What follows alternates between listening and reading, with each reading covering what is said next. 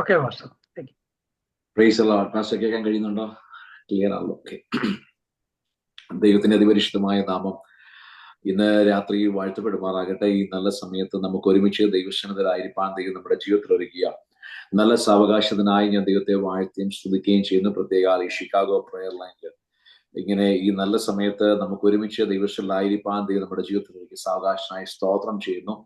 കഴിഞ്ഞ 5 വർഷങ്ങളായിട്ട് ഈ പ്രയർ ലൈനിൽ നേതൃത്വം കൊടുക്കുന്ന പാസ്റ്റർ അനീഷ് അവർ, അതുപോലെ തന്നെ ഇന്ന് രാത്രിയിൽ ഗാന ശുശ്രൂഷയ്ക്ക് നേതൃത്വം കൊടുത്ത ജോയ്സ് ബ്രദർ, അതുപോലെ തന്നെ പ്രയർ ലീഡ് ചെയ്ത പ്രിയ ദേവദാസിനോട് സ്തോത്രം ചെയ്യുകയാണ്. കർത്താവ് എല്ലാവരെയും സഹായിക്കുമാറാകട്ടെ. ഇന്ന് കൂടി വന്നിരിക്കുന്ന എല്ലാവർക്കും യേശു ക്രിസ്തുവിന്റെ നാമത്തിലുള്ള സ്നേഹവും വന്ദനം അറിയിക്കുന്നു. പ്രിയ ദേവദാസൻ പറഞ്ഞതുപോലെ വളരെ ചുരുങ്ങിയ ദിവസങ്ങൾക്ക് മുമ്പാണ് ഞങ്ങൾ ഒന്ന് പരിചയപ്പെടുവാനായിട്ട് ഇടയായിത്തീർന്നത്. അത് എൻ്റെ ജീവിതത്തിൽ അനുഗ്രഹത്തിന് കാരണമായി ഞാൻ പൂർണ്ണമായി വിശ്വസിക്കുകയും പ്രാർത്ഥിക്കുകയും ചെയ്യുകയാണ്. വിശേഷാൽ ഇങ്ങനെ ലഭിച്ചതായ അവസരം എൻ്റെ ജീവിതത്തിൽ ഞാനൊരു ഭാഗ്യമായിട്ട് കണക്കാക്കുന്നു. പലപ്പോഴും അവൻ ഷിക്കാഗോയിൽ കടന്നു വന്നിട്ടുണ്ടെങ്കിലും ആദ്യമായിട്ടാണ് അവിടുത്തെ പ്രയർ ലൈനിൽ ഒന്ന് പ്രസംഗിക്കുവാനായിട്ട് ദൈവം ഒരു അവസരം ഒരുക്കിയത്. എല്ലാത്തിനും ദൈവത്തിൻ്റെതായ സമയമുള്ളതിനായി ഞാൻ ദൈവത്തെ വാഴ്ത്തിയും സ്തുതിക്കുകയും ചെയ്യുന്നു. ഇന്ന് രാത്രിയിൽ സൂമിൽ കൂടെ ജോയിൻ ചെയ്യുന്ന എല്ലാവർക്കായി സ്തോത്രം. എനിക്കറിയാം ദ കമ്മിങ് ഡേയ്സ്, വരുന്ന ദിവസങ്ങളിൽ ഇത് ഒന്നെങ്കിൽ യൂട്യൂബിൽ അല്ലെങ്കിൽ മറ്റേതെങ്കിലും മീഡിയയിൽ വരുമെന്ന് എനിക്കറിയാം. അത് ആ സമയത്ത് കാണുന്നവർക്കും യേശുക്രിസ്തുവിന്റെ നാമത്തിലുള്ള സ്നേഹവും വന്ദനം അറിയിക്കുന്നു. കർത്താവ് എല്ലാവരെയും സഹായിക്കുമാറാകട്ടെ. കോവിഡിന്റെ സമയത്ത് ദൈവസഭയ്ക്ക് ലഭിച്ച ഏറ്റവും വലിയൊരു അനുഗ്രഹമാണ് ഈ സൂം പ്ലാറ്റ്ഫോം എന്ന് പറയുന്നത്. പല രീതിയിൽ ദൈവദാസന്മാരും ദൈവജനവും അത് ഉപയോഗിക്കുന്ന ഓർത്ത് ഞാൻ കർത്താവിനെ വാഴ്ത്തിയും സ്തുതിക്കുകയും ചെയ്യുന്നു. പ്രിയ ദേവദാസൻ പറഞ്ഞതുപോലെ തന്നെ കഴിഞ്ഞ ചില മീറ്റിങ്ങുകൾക്ക് മാസങ്ങൾക്ക് മുമ്പ് ഞങ്ങൾക്ക് ഒരേ മീറ്റിങ്ങിൽ പങ്കെടുക്കുവാനായിട്ട് ഇടയായി തീർന്നു. അതിന്റെ ഫലമായിട്ടാണ് ഞങ്ങൾ ഇന്ന് രാത്രിയിൽ ഇങ്ങനെ ഒരു അവസരം ദൈവം എനിക്ക് ദാനമായി നൽകി തന്നത്. ദൈവത്തെ സ്തുതിക്കുന്നു. എന്നെ നിങ്ങൾക്കെല്ലാം പരിചയം കാണില്ല, കാരണം ഞാൻ അങ്ങനെ വലിയ പോപ്പുലർ ആയിട്ടുള്ള ഒരാളൊന്നുമല്ല. ഒരു ദൈവസഭയുടെ സാധാ ശുശ്രൂഷകനാണ്. ദൈവം ഏൽപ്പിച്ചിരുന്ന ശുശ്രൂഷകൾ, പ്രിയ ദേവദാസനെ പറ്റി ഒരു ഇൻട്രൊഡക്ഷൻ തരുവാനിടയായി തീർന്നു. പറഞ്ഞതുപോലെ നാട്ടിൽ നിന്ന് ആലപ്പുഴ എന്ന് പറയുന്ന ദേശത്ത് നിന്ന് ഇവിടെ കടന്നു വരുവാൻ, ഇവിടെ ഓറൽ റോബർട്ട് യൂണിവേഴ്സിറ്റിയിൽ തിയോളജിയിൽ മാസ്റ്റേഴ്സ് ചെയ്യാൻ വേണ്ടി കടന്നു വരുവാൻ ദൈവം കൃപയൊരുക്കി. അതിനുശേഷമായിട്ട് വിവാഹിതനായി. അതിനുശേഷമായിട്ട് ചില വർഷങ്ങൾ ഒക്ലഹോമ പട്ടണത്തിൽ തന്നെ അവിടെ IPC ഉള്ള ബന്ധത്തിൽ അവിടെ ഒരു ചർച്ചിൽ യൂത്ത് പാസ്റ്ററായിട്ട് സേവനം അനുഷ്ഠിക്കുവാൻ ദൈവം എനിക്ക് കൃപ നൽകി. അതിനുശേഷമായിട്ട് ഇപ്പോൾ ഹൂസ്റ്റൺ പട്ടണത്തിൽ കർത്താവിന്റെ പേരുള്ള ബന്ധത്തിലായിരിക്കുന്നു. ഞാൻ കൂടി വരുന്ന കാൽവറി ഇന്ത്യൻ ഫെലോഷിപ്പ് ചർച്ചിന്റെ പേരിലുള്ളതായ എല്ലാ വന്ദനങ്ങളും അറിയിക്കുകയാണ്. കർത്താവ് എല്ലാവരെയും സഹായിക്കുമാറാകട്ടെ. വളരെ സന്തോഷം തോന്നി. ഞങ്ങളെ കുടുംബത്തെ ഓർത്തുകൊണ്ട് ഈ ഗ്രൂപ്പിൽ പ്രാർത്ഥിച്ചത് ഓർത്ത് ഞാൻ ദൈവത്തെ സ്തുതിക്കുന്നു. ദൈവസഭയെ കൂട്ടത്തെ ദൈവം അനുഗ്രഹിക്കുമാറാകട്ടെ. ഇങ്ങനെ പ്രയർ ലൈൻ മുൻപോട്ട് പോകുമ്പോൾ ഞാൻ പൂർണ്ണമായി വിശ്വസിക്കുന്നുണ്ട് പരിശുദ്ധാത്മാവിന്റെ വലിയ പ്രവർത്തനങ്ങൾ ഈ പ്രാർത്ഥിക്കുന്ന പല കൂട്ടരും ഉള്ളത് കൊണ്ടാണ് ദൈവം ഇങ്ങനെ എല്ലാ കാര്യങ്ങൾക്കകത്ത് ക്രമീകരണങ്ങൾ വരുത്തി ഇങ്ങനെ കൊണ്ടുവന്ന് പ്രാർത്ഥിക്കുന്ന ഒരു കൂട്ടം പലയിടങ്ങളിൽ ഇരുന്ന് ദൈവസന്നിധിയിൽ നിലവിളിക്കുന്നതിന്റെ ഫലമായിട്ട് ദൈവം പല പട്ടണങ്ങളിൽ പലയിടങ്ങളിൽ വലിയ അത്ഭുതങ്ങൾ ചെയ്യുകയാണ്. അതോടൊപ്പം ഞാൻ ദൈവത്തെ വാഴ്ത്തുകയും സ്തുതിക്കുകയും ചെയ്യുന്നു. ഇന്ന് രാത്രി നാം ഒരുമിച്ച് ദൈവസന്നിധിയിൽ ഇരിക്കുമ്പോൾ നമുക്ക് വളരെ പ്രാർത്ഥനയോടുകൂടെ നമുക്ക് ദൈവസന്നിധിയിലായിരിക്കാം. മറ്റ് ഇൻട്രൊഡക്ഷൻ ഒന്നും പറഞ്ഞ് സമയം വേർതിരിക്കുവാനായിട്ട് അതിന് താല്പര്യപ്പെടുന്നില്ല. വേഗം തന്നെ ദൈവവചനത്തിലേക്ക് കടന്നു വരുവാൻ വേണ്ടി ആഗ്രഹിക്കുകയാണ്. കാര്യം നമുക്ക് വചനം കേൾക്കണമല്ലോ. അതിനുള്ള സമയങ്ങളിലേക്ക്, അതിന് ഇടയ്ക്ക് സാക്ഷ്യങ്ങളൊക്കെ പറയുവാൻ ദൈവാത്മാ പ്രേരിപ്പിക്കുന്നുവെങ്കിൽ അതിലേക്ക് പോകുവാൻ വേണ്ടി താല്പര്യപ്പെടുകയാണ്. ഇന്ന് രാത്രിത്തെ ചിന്തയ്ക്കായിട്ട് ലൂക്കോസിന്റെ സുവിശേഷം 18-ാമത്തെ അധ്യായം അതിന്റെ 41-ാമത്തെ വാക്യം, അതിനു മുമ്പ് 38-ാമത്തെ വാക്യം മാത്രം ഞാനൊന്ന് വായിക്കാൻ ആഗ്രഹിക്കുക. ലൂക്കോസിന്റെ സുവിശേഷം, Luke's gospel chapter 18 verse number 38, 38-ാം വാക്യം. അതിങ്ങനെ പറഞ്ഞത്: അപ്പോൾ അവൻ യേശുവേ, ദാവീദ് പുത്ര, എന്നോട് കരുണ തോന്നണമേ എന്ന് നിലവിളിച്ചു. ലൂക്കോസിന്റെ സുവിശേഷം 18-ാം അധ്യായം അതിന്റെ 38-ാമത്തെ വാക്യമാണ് നമ്മളിപ്പോൾ ചിന്തയ്ക്ക് വേണ്ടി വായിച്ചത്. കർത്താവ് എല്ലാവരെയും സഹായിക്കട്ടെ. ഒരു നിമിഷം നമുക്ക് പ്രാർത്ഥിക്കാം. സ്വർഗീയ നല്ല പിതാവേ, നല്ല സമയത്തിനായി ഞങ്ങൾ ദൈവത്തെ വാഴ്ത്തുന്നു, സ്തുതിക്കുന്നു. ഇന്ന് രാത്രി ഞങ്ങൾ ഒരുമിച്ച് ദൈവത്തിലിരിക്കുമ്പോൾ വചനത്തിന്റെ വെളിപ്പാടുകൾ പരിശുദ്ധാത്മാവ് നൽകി തരണമേ. ദൈവജനത്തെ ദൈവം വിവേചിക്കുമാറാകണമേ. ആലോചന കൊണ്ട് ദൈവം നിറയ്ക്കുമാറാകണമേ. പരിശുദ്ധാത്മാവ് തന്നെ ഹൃദയത്തിന്റെ നിലവുകൾ അറിഞ്ഞ് സംസാരിക്കാൻ പോകുന്നതിനായി സ്തോത്രം. കർത്താവേ, ചില വാക്കുകൾ കോർത്തിണക്കി പറഞ്ഞ് ഹല്ലേലൂയ കാതുകൾക്ക് ഇമ്പമാകുന്നത് പറഞ്ഞു നിർത്തുവാനല്ല കർത്താവേ. ആത്മാവ് തന്നെ ചിലരെ വിവേചിക്കണം. ആത്മാവ് തന്നെ ഹൃദയങ്ങളെ രൂപാന്തരപ്പെടുത്തണം. മുറിവുകളെ കെട്ടുമാറാകേണ്ടെന്ന് പ്രാർത്ഥിക്കുകയാണ്. അവിടുന്ന് പ്രാർത്ഥന കേട്ടതിനായി സ്തോത്രം. യേശുവിന്റെ നാമത്തിൽ തന്നെ ആമേൻ, ആമേൻ, ആമേൻ. കർത്താവ് എല്ലാവരെയും സഹായിക്കുമാറാകട്ടെ. കഴിഞ്ഞ ദിവസങ്ങൾ ദേവദാസൻ പറഞ്ഞപ്പോൾ തൊട്ട് ഈ മീറ്റിംഗിന് വേണ്ടി പ്രാർത്ഥിപ്പാൻ പരിശുദ്ധ പരിശുദ്ധാത്മാവ് എനിക്ക് കൃപയൊരുക്കി. ഇന്ന് രാവിലെ ഞാൻ പല മെസ്സേജുകളും പല ചിന്തകളും എൻ്റെ ഹൃദയത്തിനകത്തൂടെ ഇങ്ങനെ പോയി എങ്കിൽ പോലും വൈകിയ സമയത്ത് ഞാൻ ഈ മീറ്റിങ്ങിന് വേണ്ടി ഇങ്ങനെ ആഗ്രഹിച്ചു, ഹൃദയത്തിൽ പ്രാർത്ഥിച്ചുകൊണ്ട്, ഹൃദയത്തിൽ ഇങ്ങനെ പ്രാർത്ഥിച്ചുകൊണ്ട് ഞാനൊരു യാത്രയിലായിരുന്നത് കൊണ്ട് ഞാൻ ഇങ്ങനെ പ്രാർത്ഥിച്ചുകൊണ്ടിരുന്ന സമയത്ത് എൻ്റെ ഹൃദയത്തിനകത്ത് പരിശുദ്ധാത്മാവ് പെട്ടെന്ന് പറഞ്ഞു തന്നതായ ഒരു ദൂത് നിങ്ങളുമായിട്ട് ഇന്ന് രാത്രിയിൽ വേഗം പറഞ്ഞ് നിർത്തുവാനായിട്ട് പ്രാർത്ഥിക്കാൻ വേണ്ടി ആഗ്രഹിക്കുകയാണ്. ആ ചിന്തകളിലേക്ക് നമ്മൾ വരുമ്പോൾ നമുക്ക് ഒരുമിച്ച് പ്രാർത്ഥനയോടുകൂടെ ദൈവസന്നിധിയിലായിരിക്കാം. കർത്താവ് നമ്മളെ സഹായിക്കട്ടെ. എനിക്ക് പരിശുദ്ധാത്മാവ് തന്നതായ ദൂത് ഇതാണ്. ഈ പ്രയർ ലൈനിൽ, ഷിക്കാഗോ പ്രയർ ലൈനിൽ ദൈവമക്കളോട് പറയുവാൻ വിവിധ രാജ്യത്തിന്റെ വിവിധ ഇടങ്ങളിൽ നിന്ന് അല്ലെങ്കിൽ പല രാജ്യങ്ങളിൽ നിന്ന് ജോയിൻ ചെയ്യുന്ന അനേകരുണ്ട് എന്നറിയാം.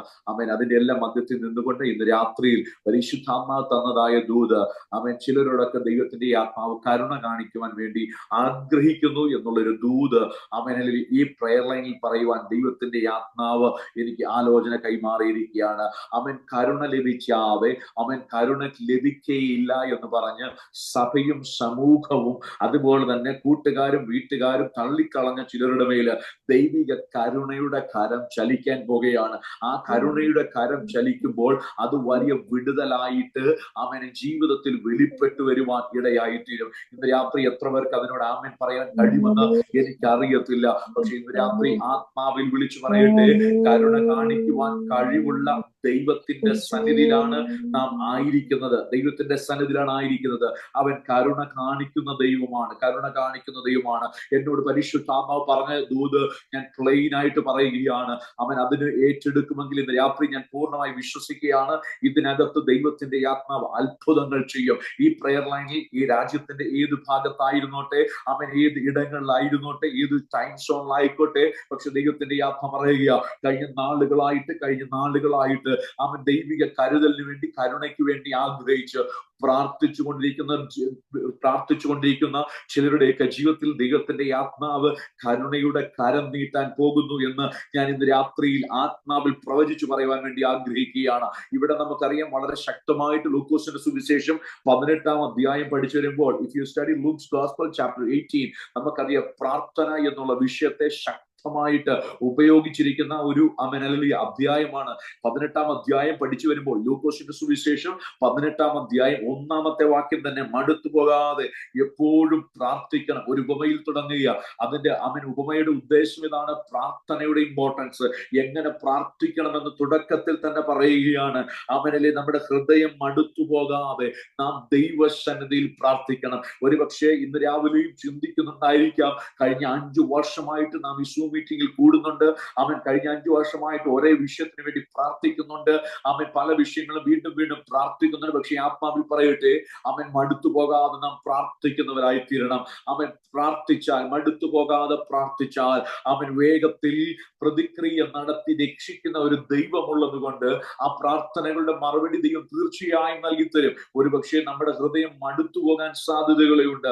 ഈ തലമുറയിൽ നാം കണ്ടുകൊണ്ടിരിക്കുന്ന ഏറ്റവും വലിയ പ്രവണതയാണ് മടുപ്പിന്റെ അനുഭവങ്ങൾ. അത് സഭയിലായിക്കൊള്ളട്ടെ, സമൂഹത്തിലായിക്കൊള്ളട്ടെ, എവിടെയാണെങ്കിലും മടുപ്പിന്റെ ഒരു അനുഭവം വ്യാപരിക്കുമ്പോൾ ഇന്ന് രാത്രിയിൽ ദൈവിക ആത്മാവിൽ നിന്നുകൊണ്ട് ആലോചനയായി പറയട്ടെ, നാം മടുത്തു പോകാതെ ഈ തലമുറയിൽ പ്രാർത്ഥിക്കുകയാണെങ്കിൽ വേഗത്തിൽ പ്രതിക്രിയ നടത്തി രക്ഷിക്കുന്ന ദൈവം നമ്മുടെ വിഷയങ്ങളുടെയും ദൈവത്തിന്റെ കരം ചലിക്കും. ഈ അധ്യായം 18-ാം അധ്യായം പഠിച്ചു വരുമ്പോൾ മടുത്തു പോകാതെ പ്രാർത്ഥിക്കണം എന്ന് പറഞ്ഞു തുടങ്ങി. പ്രാർത്ഥനയുടെ വിവിധ തലങ്ങൾ. ഒന്നാമത് മടുത്തു പോകാതെ പ്രാർത്ഥിക്കണം. പ്രാർത്ഥിച്ചാൽ പ്രവർത്തിക്കുന്ന ഒരു ദൈവമുണ്ട് എന്ന് ഉപമകളിൽ കൂടെ ദൈവത്തിന്റെ ആത്മാവ് വെളിപ്പെടുത്തുക. അതുപോലെ തന്നെ 9 മുതലുള്ള വാക്യങ്ങൾ പഠിച്ചു വരുമ്പോൾ പറയുക, നാം എങ്ങനെ പ്രാർത്ഥിക്കണം.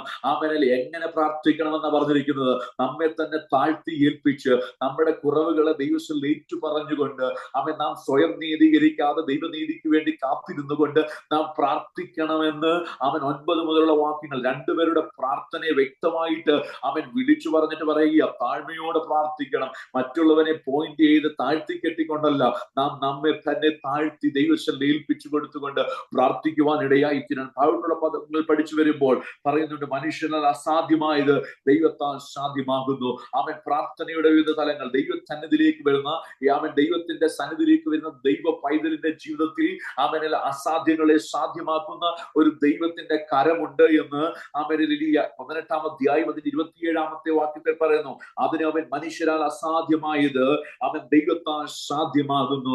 അവൻ പ്രാർത്ഥിച്ചാൽ പ്രവർത്തിക്കുന്ന ഒരു ദൈവമുണ്ട്. പ്രാർത്ഥിക്കുവാൻ തയ്യാറായാൽ അവൻ അവർക്ക് വേണ്ടി പ്രവർത്തിപ്പാൻ ശക്തനായ ഒരു ദൈവമുണ്ട്. പ്രാർത്ഥിക്കുമ്പോൾ പരിമിതികൾ, അവൻ പലപ്പോഴും മനുഷ്യന് പല പരിമിതികളും ഉള്ളപ്പോൾ പ്രാർത്ഥിക്കുന്നവന് വേണ്ടി പരിമിതികളും പൊളിച്ചുകൊണ്ട് ദൈവിക പ്രവർത്തികൾ വെളിപ്പെടുവാനായിട്ട് ഇടയായിത്തീരും. അവൻ താഴോട്ട് പഠിച്ചു വരുമ്പോൾ അവൻ പ്രാർത്ഥനയുടെ വിവിധ തലങ്ങളെ പറ്റി പറഞ്ഞിട്ട് മടുത്തുപോകാതെ പ്രാർത്ഥിക്കുന്നതിന്റെ ഒരു അത്ഭുത ലൈവ് ഇത്രയും നേരം അവൻ 18-ാം അധ്യായം അതിന്റെ 1-ാമത്തെ വാക്യം മുതൽ പഠിച്ചു വരുമ്പോൾ യേശു കർത്താവ് ഉപമയാണ് പറഞ്ഞതെങ്കിൽ 18-ാം അധ്യായം അതിന്റെ 35 മുതലുള്ള വാക്യങ്ങൾക്കകത്ത് അവൻ ദൈവത്തിന്റെ ആത്മാവ് ലൈവായിട്ട് ഒരു അത്ഭുതം ചെയ്തിട്ട് പറയുക, അവൻ മടുത്തു പോകാതെ ദൈവസന്നിധിയിൽ വിളിച്ചപേക്ഷിച്ചാൽ അവൻ ദൈവം കരുണ കാണിക്കുക തന്നെ ചെയ്യുമെന്ന് വചനം ശക്തമായി പഠിപ്പിക്കുന്നു.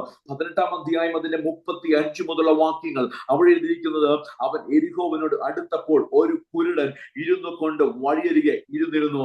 അവൻ ഒരു മനുഷ്യൻ, അവൻ ഞാൻ വേഗം പറഞ്ഞു പോകട്ടെ, അവനല്ലേ സമയം വളരെ മുന്നോട്ട് ഓടുന്നത് കൊണ്ട് ഞാനത് കമ്പിവാചകം പോലെ പറഞ്ഞിട്ട് ദൂതിലേക്ക് പ്രവേശിപ്പാൻ താല്പര്യപ്പെടുക. ഒരു മനുഷ്യൻ വഴിയരികെ ഇരുന്നുകൊണ്ട് ഇരക്കുകയാ, തനിക്ക് വല്ലതും ലഭിക്കുമെന്നുള്ള ആഗ്രഹത്തോടുകൂടെ അവനല്ലേ വഴിയരികെ നീരക്കുകയാണ്. താൻ ആ സമയത്ത് അവൻ ആരവം കേൾക്കുകയാ. അവനല്ലിയ താൻ അത് എന്തെന്ന് അന്വേഷിച്ചപ്പോൾ അതുവഴി നസ്രനാകുന്ന യേശു കടന്നു പോകുന്നു എന്നുള്ളത് അവന്റെ കാതുകളിൽ തനിക്ക് ലഭിക്കുവാനിടയായിരുന്നു.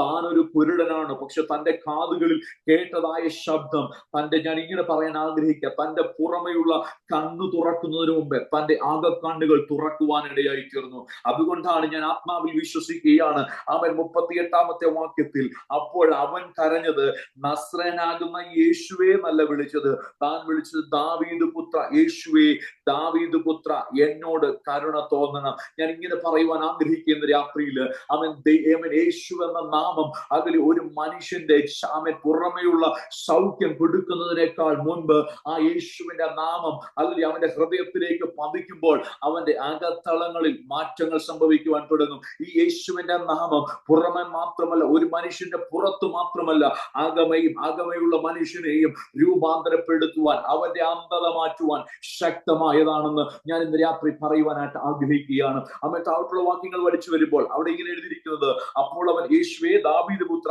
എന്നോട് കരുണ തോന്നണമേ എന്ന് നിലവിളിച്ചു. മുൻ നടക്കുന്നവർ എന്താ ചെയ്തത്? വളരെ ശക്തമായുള്ള വാക്കുകളാണ്. അവൻ മുമ്പിൽ പോകുന്നവർ അവനോട് ഒന്നുകൂടെ വിളിക്കാനല്ല പറഞ്ഞത്, അവനെ ശാസിച്ചു.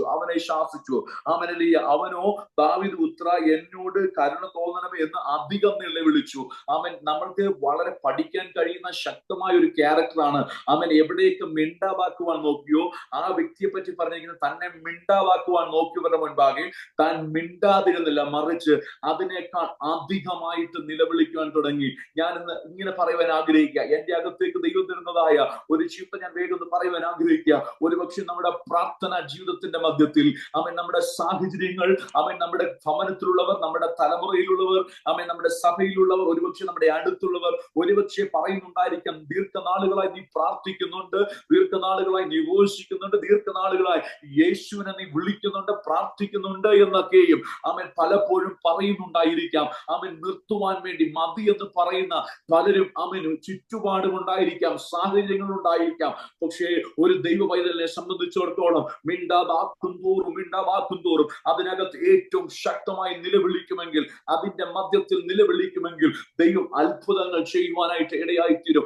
തന്നെ അടക്കിക്കളയുവാൻ ചിലർ നോക്കിയപ്പോൾ അതിന്റെ മധ്യത്തിൽ താൻ നിന്നില്ല. അതിന്റെ മധ്യത്തിൽ അവിടെ എഴുതിയിരിക്കുന്നത് അധികം നിലവിളിച്ചു. അധികം നിലവിളിച്ചപ്പോൾ ദേശു കർത്താവ് അല്ലെങ്കിൽ അവിടെ എഴുതി 40-ാമത്തെ വാക്യം, യേശു നിന്നു, അവൻ അവനെ തന്റെ അടുക്കൽ കൊണ്ടുവരുവാൻ കൽപ്പിച്ചു. അവൻ അടുക്ക വന്നപ്പോൾ ഞാൻ നിനക്ക് എന്ത് ചെയ്തു തരണം? നമുക്ക് അറിയാവുന്നതാ വാക്യങ്ങളായതുകൊണ്ട് ഞാൻ അതിലേക്കൊന്നും പോകാൻ താല്പര്യപ്പെടുന്നില്ല. തന്റെ ജീവിതത്തിനകത്ത് താൻ ഒരു ചോദ്യം പറഞ്ഞു, ദൈവത്തോടൊരു നിലവിളി വിളിച്ചു. എന്താണ്? ദാവീദ് പുത്ര യേശുവേ, ദാവീദ് പുത്ര എന്നോട് കരുണ തോന്നണം. തന്റെ അകത്തുള്ള വെളിപ്പാട് ഞാൻ ഇങ്ങനെ വിശ്വസിക്കുക, താൻ ഒരു ബെഗറാണെങ്കിലും, തനിക്കൊരു കാഴ്ചയില്ലെങ്കിൽ, തനിക്ക് കാഴ്ച ശക്തി ഇല്ലെങ്കിലും, താൻ വഴിയരികിൽ ഇരക്കുന്ന വ്യക്തിയാണെങ്കിലും തനിക്കൊരു അറിവുണ്ട്, തന്റെ അകത്തൊരു അറിവുണ്ട്. അല്ലെങ്കിൽ അതുകൊണ്ടല്ലേ അവൻ പറഞ്ഞത്, യേശുവേ ദാവീദ് പുത്ര എന്നോട് കരുണ തോന്നണം. ഞാൻ വേഗം ഒരു ഭാഗത്തിലേക്ക് കൊണ്ടുപോവുകയാണ്. മോശയുടെ പ്രാർത്ഥനയ്ക്കകത്ത് പുറപ്പാട് പുസ്തകം 33-ാം അധ്യായം പഠിച്ചു വരുമ്പോൾ അവിടെ എഴുതിയിരിക്കുന്ന ഒരു കാര്യമുണ്ട്. മോശയും ദൈവമായുള്ള സംഭാഷണത്തിന്റെ നടുവിൽ ദൈവത്തോട് പറയാ, ദൈവമേ എനിക്ക് വഴി പറഞ്ഞു തരണം. ഞാൻ പറയുന്നത് പുറപ്പാട് പുസ്തകം 33-ാം അധ്യായം അതിന്റെ 12 മുതലുള്ള വാക്യങ്ങളാണ്. ഒരു ദൈവ സാന്നിധ്യത്തിന് വേണ്ടി Exodus chapter 33 from verse number 12 onwards അവിടെ ഇങ്ങനെ പറയുന്നത്, ആകയാൽ എന്നോട് കൃപയുണ്ടെങ്കിൽ നിന്റെ വഴി എന്നെ അറിയിക്കണം. മോശയുടെ പ്രാർത്ഥനയാ, ദൈവത്തോടുള്ള തന്റെ പ്രാർത്ഥനയാ, ദൈവത്തോടുള്ള തന്റെ സംഭാഷണമാണ്. താഴോട്ടുള്ള വാക്യങ്ങൾ പഠിച്ചു വരുമ്പോൾ അവിടെ അതിന് അവൻ എന്റെ സാന്നിധ്യം നിന്നോട് കൂടെ പോരും, ഞാൻ നിനക്ക് സ്വസ്ഥത നൽകും എന്ന് അരുളി ചെയ്തു. അവിടെ നിന്നൊരു കാര്യം പറയാൻ ആഗ്രഹിക്കുക.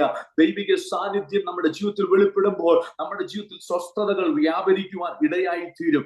ഞാൻ അവിടെ നിൽക്കുവാൻ ആഗ്രഹിക്കുന്നത്. താഴോട്ടുള്ള വാക്യങ്ങൾ വായിച്ചു വരുമ്പോൾ യഹോവ മോശയോട് പറയുന്നതായ ഒരു ശക്തമായ വാക്ക്, 19-ാമത്തെ വാക്യം, എക്സോഡസ് ചാപ്റ്റർ 33 വേഴ്സ് നമ്പർ 19, 33-ാമത്തെ അധ്യായത്തിന്റെ 19-ാമത്തെ വാക്യത്തിന്റെ 2-ാം ഭാഗം ഇങ്ങനെ പറയുന്നു, കൃപ ചെയ്യുവാൻ എനിക്ക് മനസ്സുള്ളവനോട് ഞാൻ കൃപ ചെയ്യും, കരുണ കാണിക്കുവാൻ എനിക്ക് മനസ്സുള്ളവനോട് ഞാൻ കരുണ കാണിക്കും എന്ന് അരുളി ചെയ്തു. ഇത് മോശയോട് ദൈവം പറയുന്ന ശക്തമായ വാക്കുകളാണ്. എനിക്ക് കരുണ തോന്നണം എന്നുള്ളവനോട് ഞാൻ കരുണ തോന്നും, എനിക്ക് കൃപ കാണിക്കണം എന്നുള്ളവനോട് കൃപ കാണിക്കും. പൗലോസ് ഇത് കുറച്ചും കൂടെ ആഴമായിട്ട് ദൈവസഭയോട് റോമാലേഖനം 9-ാം അധ്യായം, വേഗം തന്നെ പറഞ്ഞു പോകട്ടെ, റോമാലേഖനം 9-ാം അധ്യായത്തിലേക്ക് വരുമ്പോൾ അവിടെ എഴുതിയിരിക്കുന്ന ഒരു പദത്തിലേക്ക്, വാക്യത്തിലേക്ക് വരുവാനായിട്ട് ആഗ്രഹിക്കുക.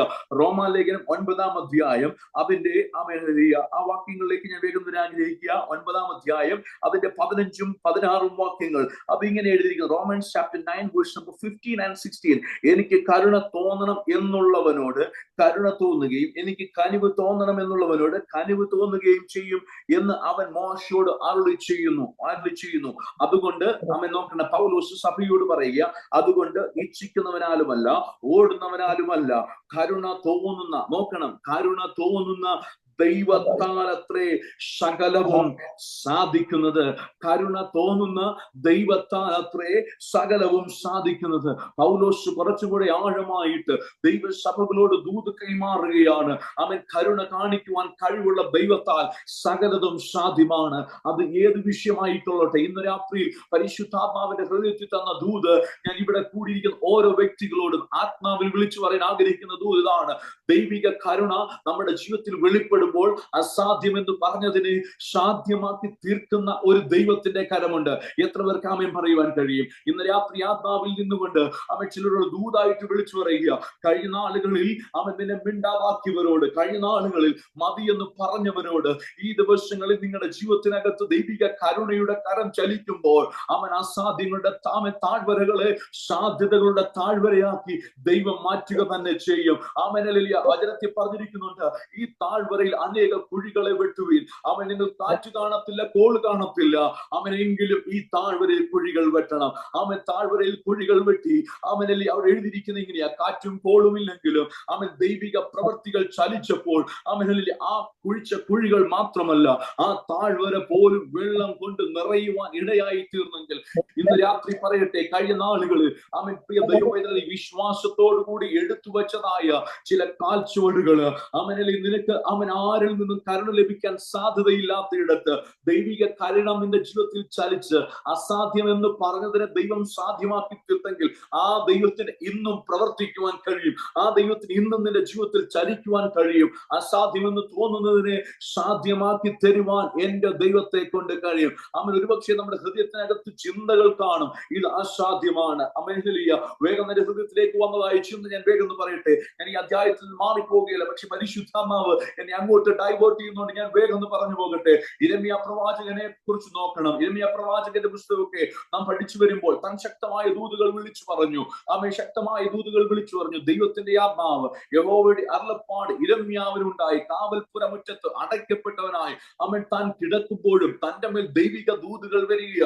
താൻ ദൂതുകളെ റിസീവ് ചെയ്യുമ്പോൾ ദൈവത്തിന്റെ അമ്മ പറയുക, നിന്റെ അങ്കിൾ നിന്റെ അടുക്കിലേക്ക് വരും. നിന്റെ അങ്കിൾ നിന്റെ അടുക്കിലേക്ക് വന്ന് ചില നിലങ്ങൾ മേടിക്കുവാൻ നിന്റെ അരികിലേക്ക് നിന്നെ അപ്രോച്ച് ചെയ്യും. നീ മടി കൂടാതെ കാര്യങ്ങൾക്ക് കൈകൊടുക്കണം. അവൻ ദൈവിക ദൂതനുസരിച്ച് തന്റെ അങ്കിൾ തന്റെ അരികിലേക്ക് വന്നു.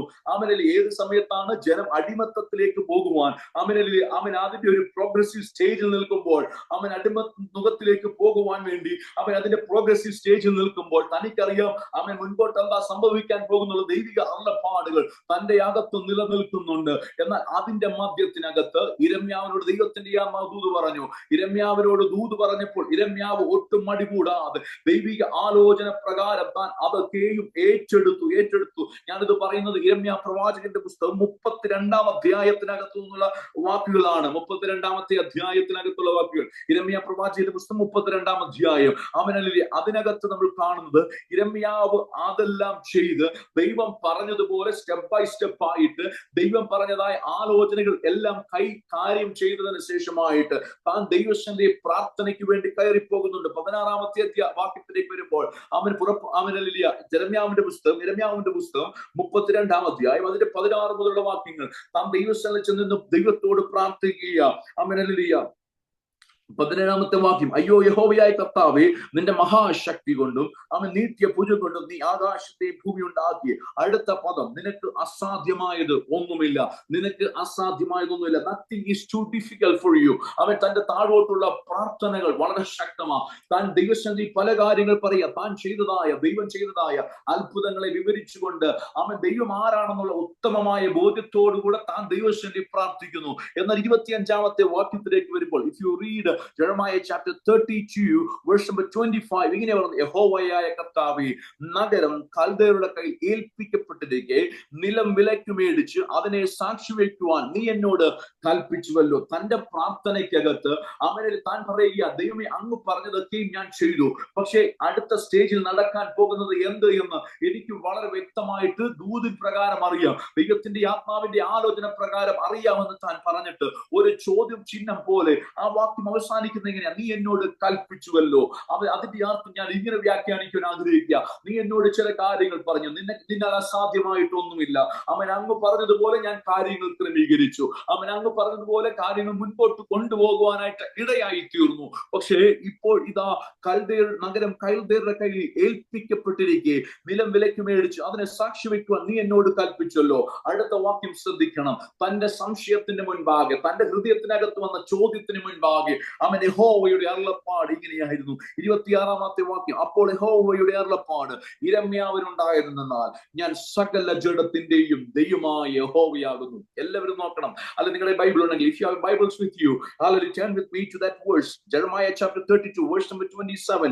27-ാമത്തെ വാക്യം, ഞാൻ സകല ജഡത്തിന്റെയും ദൈവമായ യഹോവയാകുന്നു. അവൻ അതിന്റെ അർത്ഥം, ഹല്ലേലൂയ, യിരെമ്യാവേ, അവൻ നീ എന്നെ ലിമിറ്റ് ചെയ്യരുത്, ഞാൻ സകല ജഡത്തിന്റെയും ദൈവമായ യഹോവയാകുന്നു. അടുത്ത വാക്യം, യിരെമ്യാവിന്റെ ചോദ്യത്തിന് മുൻപാകെ ദൈവം മറുചോദ്യം തന്റെ മുൻപ് വെക്കുക. നീ അല്പം മുമ്പേ പ്രാർത്ഥിച്ചില്ലേ, nothing is too difficult for you. ആമേൻ, അങ്ങ് പറഞ്ഞില്ലേ, അങ്ങനെ എന്റെ ദൈവം, ആമേൻ, അയ്യോ യഹോവയായ കർത്താവേ, ആമേൻ, 17-ാമത്തെ വാക്യത്തിൽ ഇങ്ങനെ, അയ്യോ യഹോവയായ കർത്താവേ, നിന്റെ മഹാശക്തി കൊണ്ടും നീട്ടിയ ഭുജം കൊണ്ടും നീ ആകാശത്തെയും ഭൂമിയെ ഉണ്ടാക്കി, നിനക്ക് അസാധ്യമായത് ഒന്നുമില്ല. അവനല്ലേ അത് പറഞ്ഞതായി യിരെമ്യാവിനോട് പറയാം. നിന്റെ കൺഫ്യൂസ് സ്റ്റേജിന്റെ മധ്യത്തിൽ അവൻ ദൈവത്തിന്റെ അരുളപ്പാട്, ഞാൻ സകല ജഡത്തിന്റെ ദൈവമായ യഹോവയാകുന്നു. യിരെമ്യാവേ, എനിക്ക് കഴിയാത്ത വല്ല കാര്യവുമുണ്ടോ? ഇന്ന് രാവിലെ അവൻ ഈ സമയത്ത് ആത്മാവിൽ ചിലരോടൊക്കെ പ്രവചിച്ച് പറയുവാനായിട്ട് എന്റെ ഹൃദയത്തിൽ ദൂത് ഞാൻ കൈമാറട്ടെ. അവൻ കഴിഞ്ഞ നാളുകളിൽ പറഞ്ഞതായ പല വിഷയങ്ങൾക്കാണ് ദൈവിക കരുണയ്ക്ക് വേണ്ടി, ദൈവിക കരചലനത്തിന് വേണ്ടി നിങ്ങൾ ആഗ്രഹിച്ചു പ്രാർത്ഥിക്കുന്ന ചില വിഷയങ്ങൾ, നിങ്ങളെ ബിന്ദാബാക്കിയാ നോക്കിയ പല വിഷയങ്ങൾ കണ്ടു കാണാം. അവൻ മുൻപിൽ നോക്കുമ്പോൾ അസാധ്യതകളുടെ താഴ്വരകളുടെ മധ്യത്തിലായിരിക്കുന്നത്. പക്ഷെ അതിന്റെ മധ്യത്തിലും ദൈവത്തിന്റെ ചോദ്യം ഇതാണ്, അവൻ കരുണ കാണിക്കുവാൻ കഴിവുള്ള എന്നാൽ അവനിൽ കഴിയാത്ത വല്ല കാര്യവുമുണ്ടോ? ഇന്ന് രാത്രിയിൽ അവൻ ചിലരോടൊക്കെ ആത്മാവിൽ പ്രവചിച്ചു പറയുക, ദൈവ പൈതലേ, അവൻ നിന്റെ ജീവിതത്തിൽ അസാധ്യമെന്ന് പറയുന്നത് അവനിൽ മിണ്ടാപാത്രം നോക്കിയത് അവൻ അതിന്റെ എല്ലാ മധ്യത്തിലും നീ നിലവിളിക്കുമ്പോൾ, നീ പ്രാർത്ഥിക്കുമ്പോൾ, അവൻ നിലവിളിച്ച് ദൈവസന്നിധിയിൽ കരയുമ്പോൾ, മിണ്ടാതാക്കുന്നവരുടെ മധ്യത്തിൽ നീ വീണ്ടും നിലവിളിക്കുമ്പോൾ, അവനിൽ നിനക്ക് വേണ്ടി നിന്ന് അവൻ നിനക്ക് വേണ്ടി ഹൃദയം നുറങ്ങിയവർക്ക് യഹോവ സമീപസ്ഥനാണ്. അവൻ മനസ്സ് തകർന്നവരെ രക്ഷിക്കുന്ന ദൈവമാണ്. ഹല്ലേലൂയ. അവൻ ദൈവം നമ്മുടെ സങ്കേതവും ബലവുമാണ്. കഷ്ടങ്ങളിൽ അവൻ ഏറ്റവും അടുത്ത തുണയാ. അവൻ ഏറ്റവും അടുത്ത തുണയാണെന്ന് വചനത്തിൽ പറഞ്ഞിരിക്കുമ്പോൾ ഇവിടെ എഴുതി വെച്ചിരിക്കുക. അവൻ ലൂക്കോസിന് സുവിശേഷം 18-ാം അധ്യായം 40-ാമത്തെ വാക്യം, യേശു നിന്ന് അവനെ അവന്റെ അടുക്കൽ കൊണ്ടുവരാൻ കൽപ്പിച്ചു. അവൻ അടുക്കൽ വന്നപ്പോൾ യേശു കർത്താവിന്റെ വാക്ക് നോക്കണം. യേശു കർത്താവിന്റെ വാക്ക്, ഒന്ന് രണ്ട് വാക്കുകൾ പറഞ്ഞ് വേഗം നിർത്തുവാൻ ആഗ്രഹിക്കുക. യേശു കർത്താവിന്റെ വാക്ക്, അവന് ഞാൻ നിനക്ക് എന്തു ചെയ്യണം എന്ന് ചോദിച്ചു. എന്നോടൊരു വ്യക്തി ഒരു കാര്യം ചോദിച്ചാൽ ഞാൻ ചോദിക്കും, ഞാൻ എന്നതാ ചെയ്തു തരേണ്ടത്? ഒരു വ്യക്തി എന്നോട് ചില കാര്യങ്ങൾ പറഞ്ഞാൽ ഞാൻ പറയും, അത് എന്നെ കൊണ്ട് കഴിയുന്ന കാര്യമല്ല. I have some limitations. എനിക്ക് ചില ലിമിറ്റേഷൻസ് ഉണ്ട്, എനിക്ക് ചില അതിരുകളുണ്ട് എന്ന് ഞാൻ പറഞ്ഞു നിർത്തുമ്പോൾ എനിക്ക് യേശു കർത്താവിനെ പറ്റി എഴുതിയിരിക്കുന്നത്, യേശു കർത്താവിന്റെ വാക്കുകൾ ശക്തമായി എഴുതി വെച്ചിരിക്കുക. ഹല്ലേലൂയ. ഞാൻ നിനക്ക് എന്ത് ചെയ്തു തരണം? അതിന്റെ അർത്ഥം എന്നാൽ കഴിയാത്ത ഒരു കാര്യമില്ല, എന്തും ചെയ്തു തരുവാൻ നമ്മുടെ ദൈവത്തെ കൊണ്ട് കഴിയും. അത് ഇന്ന് രാത്രിയിൽ വിശ്വസിച്ച് ഏറ്റെടുത്തോ. അവൻ കഴിയുകയില്ല എന്ന് ലോകം പറയുമ്പോൾ എന്റെ യേശുവിനെ കൊണ്ട് സകലതും കഴിയും. യേശുവിന്റെ നാമത്തിൽ അത്ഭുതങ്ങൾ നടക്കും.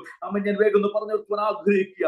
ഞാൻ നിനക്ക് എന്ത് ചെയ്യണം? കർത്താവേ, എനിക്ക് കാഴ്ച വേണം, എനിക്ക് കാഴ്ച കിട്ടണം എന്ന് പറഞ്ഞു. ഒരു പ്രോഗ്രഷൻ നോക്കണം, പ്രോഗ്രഷൻ തുടക്കണം. അവിടെ നസ്രനാകുന്ന യേശു കടന്നു പോകുന്നത് തന്റെ കാതുകളെത്തി.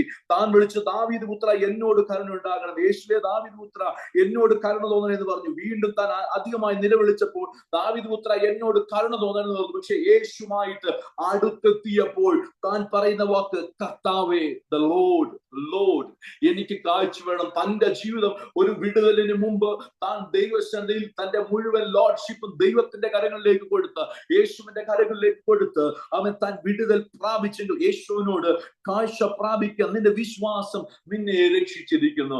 ഇന്ന് രാത്രിയിൽ അവനിൽ എന്റെ സമയം ഇവിടെ തീർന്നത് കൊണ്ട് ഞാനിവിടെ സ്തോത്രം പറഞ്ഞു നിർത്തുവാൻ ആഗ്രഹിക്കുക. ഇന്ന് രാത്രി എന്നെ കേട്ടുകൊണ്ടിരിക്കുന്ന ചിലരോട് എന്നോട് പരിശുദ്ധാത്മാവ് പറഞ്ഞ ദൂത് ഞാൻ ഇന്ന് രാത്രി കൈമാറുക. അവൻ ദൈവത്തിന്റെ ആത്മാവ് ചിലരോട് കരുണ കാണിക്കുവാൻ ആഗ്രഹിക്കുക. കഴിഞ്ഞ നാളുകളിൽ നീ നിലവിളിച്ച ചില വിഷയത്തിന്റെ മേല് ദൈവിക കരുണയുടെ കരം ചലിക്കുമ്പോൾ അത് ചിലതായി ലിമിറ്റ് ചെയ്യരുത്. ദൈവത്തെ കൊണ്ട് ചിലത് മാത്രമേ കഴിയുള്ളൂ എന്ന് നീ പറയരുത്. ദൈവത്തെ നീ ബോക്സ് ചെയ്യുവാൻ ഇടയാകരുത്. ദൈവത്തിന് എന്തും ചെയ്യുവാൻ കഴിയും. അത് ഏത് മേഖലകളായിക്കൊള്ളട്ടെ, ആ ദൈവത്തിന് എന്ത് പ്രവർത്തിക്കുവാൻ കഴിയും. നാം ചെയ്യേണ്ടത് നമ്മളെ തന്നെ, അല്ലെങ്കിൽ നമ്മുടെ നിലവിളി കുറഞ്ഞു പോകാതെ നാം ദൈവത്തിനെ നിലവിളിച്ചുകൊണ്ട് നമ്മുടെ ജീവിതത്തിന്റെ ഫുൾ ലോർഡ്ഷിപ്പ് കർത്താവിന്റെ കരങ്ങളിലേക്ക് കൈമാറിക്കൊണ്ട് നാം ദൈവത്തിലേക്ക് അടുത്തു ചെല്ലുമെങ്കിൽ അവനിൽ നമുക്ക് വേണ്ടി അത്ഭുതം ചെയ്യുന്നവൻ, അവൻ ഇന്നും ഇറങ്ങി വന്ന് പ്രവർത്തിപ്പാൻ ശക്തനായ ദൈവമാണ്. ഇന്ന് രാത്രി ഞാൻ ഈ വാക്യങ്ങൾ ഒന്നും കൂടെ വായിച്ചു നിർത്താനായി റോമാലേഖനം 9-ാം അധ്യായം 16-ാം വാക്യം, അതുകൊണ്ട് ഇച്ഛിക്കുന്നവനാലുമല്ല, ഓടുന്നവനാലുമല്ല, കരുണക്ക് തോന്നുന്ന ദൈവത്താൽ അത്രയും സകലവും സാധിക്കുന്നത്. ഇന്ന് രാത്രിയിൽ പറയണം, ഇന്ന് രാത്രി കിടക്കുന്നതിന് മുമ്പേ, ഇന്നും രാവിലെ ആണെങ്കിൽ ജോലിക്ക് കടന്നു പോകുന്നു പറയണം, എന്റെ ദൈവത്താൽ സകലതും സാധ്യമാണ്. കരുണ കാണിക്കുവാൻ കഴിയുന്ന ദൈവത്താൽ സകലതും സാധ്യമാണെന്ന് ഉറച്ച വിശ്വാസത്തോടുകൂടെ പ്രാർത്ഥനയോടുകൂടെ മുൻപോട്ട് പോകാനിടയായി തീരട്ടെ. ഒരു നിമിഷം കണ്ണുകൾ അടയ്ക്കാൻ നമുക്ക് പ്രാർത്ഥിക്കാം. ഞാൻ നിങ്ങൾക്ക് വേണ്ടി പ്രാർത്ഥിക്കുവാൻ ആഗ്രഹിക്കുകയാണ്. ഇന്ന് രാത്രി നിങ്ങൾ ഭാരപ്പെടുന്ന ഏത് വിഷയമായിക്കൊള്ളട്ടെ, ഒരുപക്ഷെ നിങ്ങളുടെ കുടുംബത്തിന്റെ വിഷയമായിരിക്കാം, തലമുറയിലുള്ള വിഷയമായിരിക്കാം, സഭയുടെ വിഷയങ്ങളായിരിക്കാം, നിങ്ങളുടെ ആത്മീയപരമായ വിഷയങ്ങളായിരിക്കാം, ഏത് വിഷയമായിക്കൊള്ളട്ടെ, ഇന്ന് രാത്രി പരിശുദ്ധാത്മാവിന്റെ കരങ്ങളിലേക്ക് ഏൽപ്പിച്ചു കൊടുത്തിട്ട് വരെ, കർത്താവേ, കഴിഞ്ഞ നാളുകളിൽ ഞാൻ നിലവിളിച്ചു, ഇന്ന് രാത്രി അങ്ങയുടെ കരുണയുടെ കരം എന്റെ ജീവിതത്തിൽ വെളിപ്പെടുമെന്ന് ഞാൻ ആത്മാവിൽ വിശ്വസിക്കുന്നു എന്നുള്ള പ്രാർത്ഥനയോടുകൂടെ ദൈവസ്ഥനായിരിക്കുവാൻ കഴിയുമോ? സ്വർഗ്ഗപിതാവേ, നല്ല സമയത്തിനായി സ്തോത്രം. ദൈവത്തിന്റെ ആത്മാവേ, അങ്ങ് തന്ന സമയത്തിനായി സ്തോത്രം. ഇന്ന് രാത്രിയിൽ അങ്ങ് തന്ന ദൂത് ഞാൻ ദൈവസഭയോട് ഈ പ്രയർ ലൈനിൽ കൈമാറിയിരിക്കുമ്പോൾ പരിശുദ്ധാത്മാവേ, അവരുടെ ജീവിതത്തിനകത്ത് ഇന്ന് രാത്രിയിൽ തന്നെ ദൈവമേ സകലതും കഴിയുന്ന ദൈവത്തിന്റെ കരങ്ങളിലേക്ക് ഏൽപ്പിച്ചു തന്ന് പ്രാർത്ഥിക്കുകയാണ്. ഇന്ന് രാത്രി അസാധ്യമെന്ന് പറഞ്ഞതിനെ ദൈവം ചില സാധ്യമാക്കാൻ പോകുന്നതിനായി സ്തോത്രം. ദീർഘനാളുകളായി കരഞ്ഞു ചില വിഷയത്തിന്മേല്, മിണ്ടാതാക്കിയ ചില വിഷയത്തിന്മേല് ദൈവത്തിന്റെ കരുണയുടെ കരം ചലിക്കാൻ പോകുന്നതിനായി സ്തോത്രം. കർത്താവേ, എന്നാൽ കുഴുവനായി സ്തോത്രം. ഈ ഷിക്കാഗോ പ്രയർ ലൈനിൽ ഞാൻ യേശുവിന്റെ നാമത്തിൽ അനുഗ്രഹിച്ചു പ്രാർത്ഥിക്കുകയാണ്. ലീഡ് ചെയ്യുന്ന എല്ലാവരും യേശുവിന്റെ നാമത്തിൽ അനുഗ്രഹിച്ചു പ്രാർത്ഥിക്കുക. കർത്താവെ, അടി ലഭിച്ചിരിക്കുന്ന അഭിഷേകത്തിന് മുൻപാകെ നിന്നുകൊണ്ട് അവനിൽ കുഴിക്കുന്ന സകലരെ പിതാവിന്റെ പുത്രന്റെ പരിശുദ്ധാത്മാവിന്റെ നാമത്തിൽ അടി അനുഗ്രഹിച്ചു പ്രാർത്ഥിക്കുകയാണ്. കർത്താവെ, തലമുറയിൽ കർത്താവെ അന്ത്യകാലത്ത് സഭ ശക്തമായി ഉണരുവാൻ ഇത് കാരണമാക്കി തീർക്കുമാറാകണമെന്ന് പ്രാർത്ഥിക്കുന്നു. പ്രാർത്ഥന ഘടനായി സ്തോത്രം യേശുവിന്റെ നാമത്തിൽ തന്നെ. ആമേൻ, ആമേൻ, ആമേൻ. ഇങ്ങനെ അവസരമൊരുക്കുന്ന പ്രിയ ദേവദാസൻ പാസ്റ്റർ അനീഷിനുള്ള നന്ദി അറിയിച്ചുകൊണ്ട് ദിവസത്തിലിരിക്കുന്ന കർത്താവ് സഹായിക്കുമാറാകട്ടെ. പ്രിയമുള്ളവരെ, എത്ര ശക്തമായിട്ടുള്ള ദൈവവചനമാണ് നമ്മൾ കേട്ടുകൊണ്ടിരുന്നത്. ചെറിയ പ്രായത്തിൽ തന്നെ, യൗവന പ്രായത്തിൽ തന്നെ കർത്താവിന് വേണ്ടി ശക്തിയോടുകൂടെ സംസാരിക്കുന്നതിന് കർത്താവ് തന്റെ ദാസനെ ഒരുക്കിയല്ലോ. അസാധ്യങ്ങളെ സാധ്യമാക്കുന്നതിനായ ദൈവം പറയുകയാണ്, എനിക്ക് മനസ്സുള്ളവനോട് ഞാൻ കരുണ കാണിക്കുന്നു. പ്രിയമുള്ളവരെ, കർത്താവിന് ആരോടാണ് മനസ്സ് വരുന്നത്? അത് പക്ഷപാതമുള്ളത് ദൈവം, ആ പക്ഷപാതം കാണിക്കുന്ന ദൈവമാണോ? മനസ്സുള്ളവനോട് കരുണ കാണിക്കുന്നു. എന്നാൽ എങ്ങനെയാണ് ദൈവത്തിന് മനസ്സിലാകുന്നത്? വിശ്വാസത്തോടുകൂടിയുള്ള പ്രാർത്ഥന. കർത്താവ് വളരെ വ്യക്തമായിട്ട് അത് പറഞ്ഞു. നിങ്ങൾ വിശ്വസിക്കുന്നുവെങ്കിൽ യാചിക്കുന്നതൊക്കെ നിങ്ങൾക്ക് ലഭിക്കും. അത് തന്നെയാണ് ഇന്ന് നമ്മൾ കേട്ടത്. ആ കൃത്യമായി ഒരു പിച്ചക്കാരനായ, കുരുടനായ, ആരാലും ശ്രദ്ധിക്കപ്പെടാതെ ഒരു പ്രാധാന്യവും ഇല്ലാത്തതായ ഒരു വ്യക്തിയാണ്. എന്നാൽ അവന് കാഴ്ചയില്ലായിരുന്നെങ്കിലും അവനൊരു ആന്തരികമായ ദർശനം ഉണ്ടായിരുന്നു. യേശു ആരാണെന്നും യേശു എനിക്ക് എന്ത് ചെയ്യാൻ കഴിയുമെന്നുമുള്ള ഒരു ആഴമായിട്ടുള്ള ഒരു ദർശനം അവനുണ്ടായിരുന്നതുകൊണ്ടാണ് മറ്റുള്ളവരവനെ മിണ്ടാതിരിക്കാൻ ഭീഷണിപ്പെടുത്തിയിട്ടും ധാരാളം ഭീഷണികളൊക്കെ ഉണ്ടായിരുന്നെങ്കിലും അവൻ അതിനെയൊന്നും വകവയ്ക്കാതെ അവന്റെ അടിയുറച്ച വിശ്വാസം കൊണ്ടാണ് അവന് വിളിച്ച്, കർത്താവെ യേശുവെ എന്നോട് കരുണ തോന്നണമെന്ന് അവൻ വിളിച്ച്. അവൻ പറഞ്ഞ എന്താണ്? യേശുവിനെ റബ്ബി എന്നാണ് എല്ലാവരും വിളിക്കുന്നത്. അവന് വിളിച്ച എന്താണ്? ദാവീദ് പുത്ര എന്നോട് കരുണ തോന്നണമേ. ദാവീദ് ആരാണ്? മഹാരാജാവാണ്. ദാവീദിന്റെ മകൻ ആരാണ്? രാജാകുമാരനാണ്, അല്ലെങ്കിൽ മഹാരാജാവാണ്. അവന് പറയുകയാണ്, യേശുവെ നീ ഒരു മഹാരാജാവാണ്, നിനക്ക് അത് ചെയ്യാൻ കഴിയും, നീ ദൈവപുത്രനാണ്, നീ എന്നോട് കരുണ തോന്നണം. അവന്റെ പ്രാർത്ഥന ഇത്രേ ഉള്ളായിരുന്നു, ദാവീദ് പുത്ര, യേശുവെ ദാവീദ് പുത്ര എന്നോട് കരുണ തോന്നണം. ഒരൊറ്റ പ്രാർത്ഥന, ചെറിയൊരു പ്രാർത്ഥന, ആ മേഴ്സി ഓൺ മീ ലോർഡ്, അത്രേ ഉള്ളായിരുന്നു. എന്നാൽ ആ പ്രാർത്ഥനയിൽ കർത്താവ് വലിയൊരു ജനക്കൂട്ടത്തിന്റെ മധ്യത്തിലുണ്ടെന്ന് വന്ന കർത്താവ് ആ ജനക്കൂട്ടമായി അവിടെ നിന്നു എന്നുള്ളതാണ്. അവനെ വിളിക്കുകയൊക്കെ ചെയ്തത് നമുക്ക് അറിയാം. അവന് ഒരിക്കലും അസാധ്യമെന്ന് തോന്നിയതായ സൗഖ്യം അവന്റെ കരതലത്തിൽ എത്തിയത് അവന്റെ വിശ്വാസം കൊണ്ടാണ്. നമുക്കറിയാം, യേശു യെരിഹോവിൽ നിന്ന് യെരുശലേമിലേക്ക് വരികയായിരുന്നു. യെരുശലേമിലേക്കുള്ള യേശുവിന്റെ അവസാനത്തെ യാത്രയായിരുന്നു. തന്റെ പരസ്യ ശുശ്രൂഷയുടെ ആ യെരുശലേമിൽ വരികയും അവിടെ യേശു ക്രൂശിക്കപ്പെടുകയും ചെയ്തല്ലോ. അവന്റെ ഈ ബർത്തിമായിയുടെ കാഴ്ച ലഭിക്കുന്നതിനുള്ള അവന്റെ ജീവിതത്തിലെ ഒരു അവസാനത്തെ ഒരു മുഹൂർത്തമായിരുന്നു, അവസാനത്തെ ഒരു നിമിഷങ്ങളായിരുന്നു അത്. ആ നിമിഷങ്ങൾ അവന് മറ്റുള്ളവരുടെ ഭീഷണിക്ക് മുമ്പിൽ വഴങ്ങാതെ വിശ്വാസത്തോടുകൂടെ അവന് പ്രവർത്തിച്ചു എന്നുള്ളതാണ്. പ്രിയമുള്ളവരെ, നമ്മുടെ ജീവിതത്തിന്റെ സാഹചര്യങ്ങളിൽ പലപ്പോഴും നമുക്ക് ചില കാര്യങ്ങളൊക്കെ ചെയ്യണമെന്നുണ്ട്. പരിശുദ്ധാത്മാവ് നമ്മളോട് പറയും നീ അത് ചെയ്യണം, അല്ലെ നീ അങ്ങനെ ചെയ്യ. ദൈവാത്മാവ് നമ്മുടെ ഹൃദയത്തിൽ പറയും. പക്ഷെ ആളുകൾ പറയും അങ്ങനെയല്ല, അല്ലെ ആളുകൾ എന്ത് വിചാരിക്കും, ഞാനത് ചെയ്താൽ ശരിയാകുമോ, മറ്റവർക്ക് ഇഷ്ടപ്പെടുന്നില്ലല്ലോ എന്നൊക്കെ ചിന്തിച്ച് നമ്മൾ പലപ്പോഴും ദൈവാത്മാവ് നമ്മുടെ മനസ്സിൽ തോന്നുന്ന പല കാര്യങ്ങളും നമ്മൾ ചെയ്യാതെ പോകും. അങ്ങനെ നമ്മുടെ ജീവിതത്തില് കൃത്യമായി അന്ന് ആ ഭീഷണിക്ക് മുമ്പിൽ വഴങ്ങി അവൻ മിണ്ടായിരുന്നെങ്കിൽ എത്രയോ കഷ്ടമായി പോയി അവന്റെ ജീവിതം. ഒരിക്കലും അവന് കാഴ്ച കിട്ടുകയില്ലായിരുന്നു. അതുപോലെ നമ്മുടെ ജീവിതത്തിലും പലപ്പോഴും നമ്മൾ ഭീഷണികൾക്ക് വഴങ്ങി, അല്ലെങ്കിൽ മറ്റുള്ളവർ എന്ത് ചിന്തിക്കുമെന്നൊക്കെ വിചാരിച്ച് മറ്റുള്ളവർ മുമ്പിൽ മര്യാദക്കാരനായിട്ട് അല്ലെ നല്ലവരായിട്ട് ഇരിക്കാനായിട്ട് നമ്മൾ പല കാര്യങ്ങളും ചെയ്ത് ദൈവത്തിന്റെ അനുഗ്രഹങ്ങൾ നമ്മളിൽ നിന്ന് മാറിപ്പോകുന്നത് പലപ്പോഴും നമ്മൾ മനസ്സിലാക്കുന്നില്ല, അല്ലെങ്കിൽ അത് മനസ്സിലാക്കുമ്പോഴത്തേക്ക് വളരെ അമാന്തിച്ചു പോകും എന്നുള്ളതാണ് സത്യം. അതുകൊണ്ട് പ്രിയമുള്ളവരെ, ഇന്ന് കർത്താവിന്റെ ദാസൻ പറഞ്ഞതുപോലെ ഈ പ്രാർത്ഥനയിലൂടെ, ശക്തമായ പ്രാർത്ഥനയിലൂടെ, വിശ്വാസത്തോടുകൂടിയുള്ള പ്രാർത്ഥനയിലൂടെ നമുക്ക് മുന്നോട്ടുള്ള ദൈവം കാരുണ്യവാനാണ്. നമ്മളോട് കരുണ ചെയ്യാനായിട്ട് എനിക്ക് മനസ്സുള്ളവനോട് ഞാൻ കരുണ ചെയ്യുന്നു ദൈവം പറയുന്ന എങ്ങനെയാണ് ദൈവം ആരോടെങ്കിലും കരുണ ചെയ്യാനായിട്ട് ഇങ്ങനെ തയ്യാറായിട്ടിരിക്കുക? എന്നാൽ നമുക്ക് വിശ്വാസമില്ലാതെ ഇരുന്നാൽ ദൈവത്തിന് ഒരിക്കലും പ്രവർത്തിക്കാനായിട്ട് കഴിയില്ല. അതുകൊണ്ട് നമുക്ക് വിശ്വാസമുള്ളവരായിട്ടിരിക്കാൻ കർത്താവിന്റെ ദാസൻ ചുരുങ്ങിയ സമയം കൊണ്ട് വളരെ ശക്തമായിട്ട് തിരുവനന്തപുരത്തിൽ നിന്ന് സംസാരിച്ചല്ലോ. പ്രിയമുള്ളവരെ, നമുക്ക് പ്രാർത്ഥനയെക്കുറിച്ച് നമ്മൾ ധാരാളം കേൾക്കുന്നു. പ്രാർത്ഥനയെക്കുറിച്ച് എത്ര പറഞ്ഞാലും മതിയാകുകയില്ല. എന്നാൽ പലപ്പോഴും ഇടവിടാതെ പ്രാർത്ഥിപ്പാനാണ് പൗലോസ് പറഞ്ഞത്. അതായത് നമ്മുടെ ജീവിതം പ്രാർത്ഥന എന്ന് പറയുന്നത് ദൈവവുമായിട്ടുള്ള നിരന്തരമായ ബന്ധത്തിൽ നിലനിൽക്കുക എന്നുള്ളതാണ്. ദൈവത്തിൽ നിന്ന് നമ്മളെ അകറ്റിക്കളയുന്ന ഒരു സാഹചര്യവും നമ്മുടെ ജീവിതത്തിൽ ഉണ്ടാകരുത് എന്നുള്ളതാണ് പൗലോസ് അവിടെ സൂചിപ്പിക്കുന്നത്. അതുകൊണ്ട് ഇന്ന് നമ്മൾ ഈ കേട്ടതായ വചനം നമ്മുടെ ജീവിതത്തിലെ പ്രിയമുള്ളവരെ, നമുക്ക് ആ വചനത്തിന് മുമ്പാകെ നമ്മെ തന്നെ ശക്തമായിട്ട് സമർപ്പിക്കാം.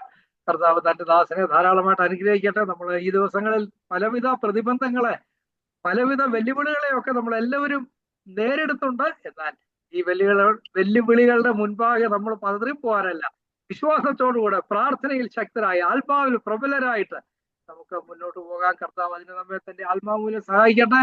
കർത്താവിന്റെ ദാസൻ നമ്മോട് തിരുവനന്തപുരത്ത് നിന്ന് സംസാരിച്ചു. കുടുംബമായിട്ട് കർത്താവിന്റെ ദാസനെയും കുടുംബത്തെയും കർത്താവ് അനുഗ്രഹിച്ച ഈ ദിവസങ്ങളിൽ, വരുന്ന വർഷങ്ങളിൽ ശക്തിയോടുകൂടെ, ആയുസിന്റെ അന്ത്യം വരെ ശക്തിയോടുകൂടെ കർത്താവിന്റെ നാമത്തിനു വേണ്ടി വലിയ കാര്യങ്ങൾ ചെയ്യുവാൻ കർത്താവ് സഹായിക്കട്ടെ എന്ന് പ്രാർത്ഥിക്കുന്നു, ആശംസിക്കുന്നു. ഷിക്കാഗോ പ്രയർലൻഡിന്റെ പേരിലുള്ള സ്നേഹം, സന്തോഷം പ്രകാശിപ്പിക്കുന്നു. കർത്താവ് നമ്മളെല്ലാവരെയും അനുഗ്രഹിക്കട്ടെ.